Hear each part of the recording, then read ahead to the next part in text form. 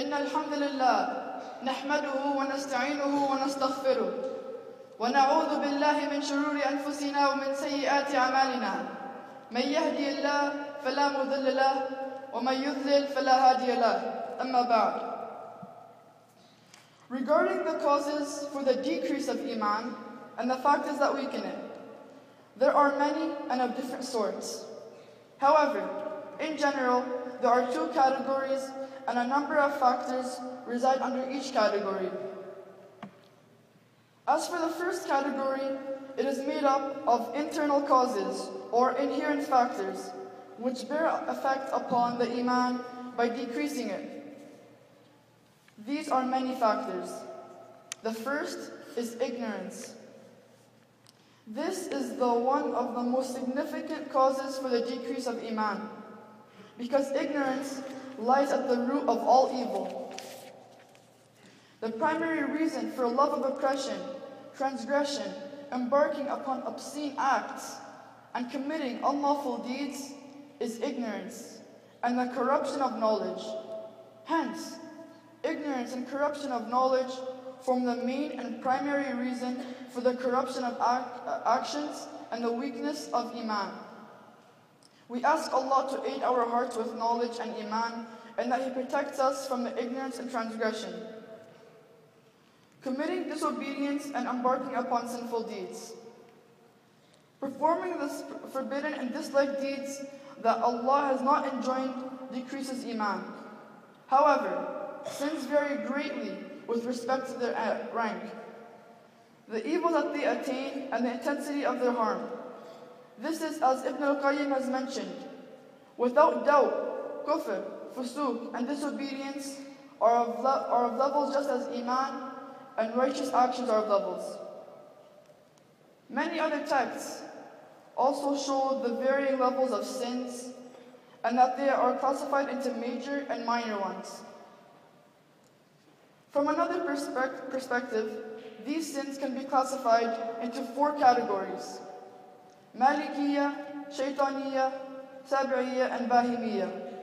All sins can be classified under these types. Malikiyya sins are committed when one takes upon himself qualities of lordship which are not befitting for him, such as majesty or king. Sins belonging to this category are of the most serious type. Shaytaniyya sins, it is resembled by the shaitan in envy, oppression, cheating, ordering disobedience of Allah, beautifying it, and prohibiting obedience of Allah. Sabi'iyya sins are sins of anger. This gives birth to many types of harms to fellow humans and the boldness towards committing oppression and transgression. As for Bahimiyya sins, examples of this are the desire to satisfy lust of the stomach and organs. This gives rise to adultery, theft, consumption of wealth belonging to orphans, impatience, and much more besides these. The shaitan, he is held to be a strong external reason which causes Iman to decrease. He awaits calamities to afflict him. He has no desire or goal other than to jolt the Iman into the hearts of the believers and to weaken and corrupt it. Allah says, "O you who believe, do not follow the footsteps of shaitan, and whosoever follows the footsteps of shaitan, then verily he commands fahsha, to commit indecency and lewdness, and al-munkar, disbelief, shirk, to do evil and wicked deeds, to speak or to do what is forbidden in Islam." Further, Allah has warned us against following him and commanded us to possess animosity towards him and to oppose him. He said, "Verily, shaitan is to man an open enemy." Thus, shaitan is an enemy to man. His desire is to corrupt the beliefs and to wreak havoc on one's Iman. Whoever does not fortify himself from him through remembrance of Allah, resorting back to Allah and seeking refuge with him, will become a breeding ground for the shaitan, who will lure him into actions of disobedience. entice him to perpetrate prohibited manners, and to push him to embark upon lewd sins. What a perish of his religion, and what a corruption of his Emaan will it be if a man submits to him. The world and its allurements. The second external factor which bears effect on a person's Emaan by decreasing it is the world and its allurements. Whenever the servant's longing for this world intensifies and his heart becomes attached to it, his obedience will weaken and his Emaan will decrease accordingly. Ibn al-Qayyim, may Allah have mercy upon him, says, the extent of the servant's desire for the world and of its pleasure with it determines his slackness towards the obedience of Allah and seeking the hereafter.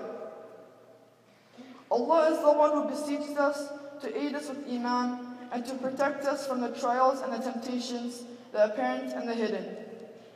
It is Allah Al-Kareem I ask of tawfiq and correctness for you and myself.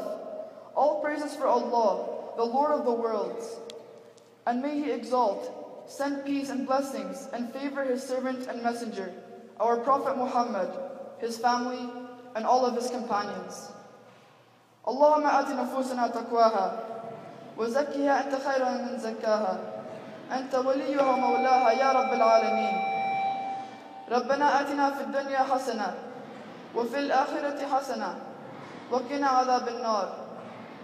اللهم صل على سيدنا محمد في الأولين وصل على سيدنا محمد في الآخرين وصل على سيدنا محمد في الملأ الأعلى إلى يوم الدين.